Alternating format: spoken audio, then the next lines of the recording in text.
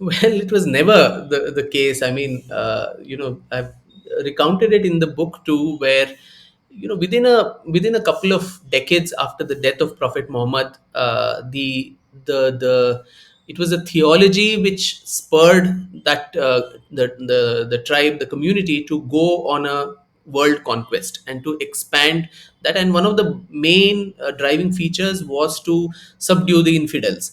And so within a couple of decades after his passing away, almost the whole of central Asia, northern Africa, and places like Egypt, Syria, Palestine, all of these, and the Sassanid Empire, all these empires too collapsed to the might of the Arab sword.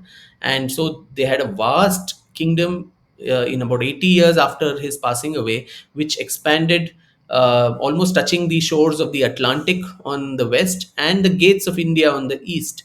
Where was, if it was only economic, which was important, economic reasons were important, but there was a very, very strong religious and theological drive too, which kept them coming all the way. And much later, even when Timur comes and attacks Delhi, he did not want to conquer Delhi. He did not want to colonize India or anything. And but the his main grouse was the Delhi Sultans were not doing enough for the sake of Islam, and so he, Right. to teach them a lesson, he comes all the way, and on one day he puts about 1 lakh people to death in Delhi. So religious driver was so important, and this is something that's exemplified in the court historians' accounts themselves. I mention this often about how when Mahmud of Ghazni came to the Somnath temple, when the priest there offered him money to, take, if you want money, that is all that you need, to take this money and go away and save our deity.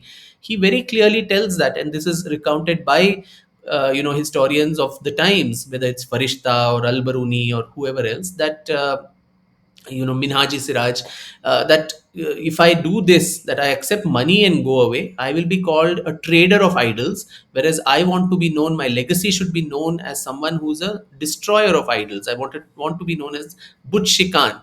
So this was a very, I mean, how many idols, how many temples you broke was actually recounted by their court chroniclers with pride, that this was done to exalt the true faith. So when that was the contemporary records, today ex post facto we are looking at that and giving this justification that all this was done only for monetary reasons.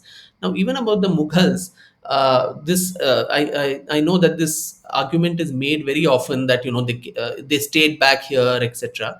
But Angus Madison, in his account, he talks about how, while the percentage share of India's GDP in global economy might have increased then, the per capita GDP of Indians was a steady decline at the even the heights of the Mughal Empire.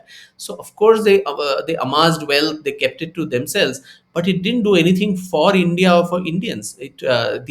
The amount of money that went to each Indian was actually on a steady decline, and so I don't understand how it makes any difference to the country or its people that they actually stayed here and so on. Right.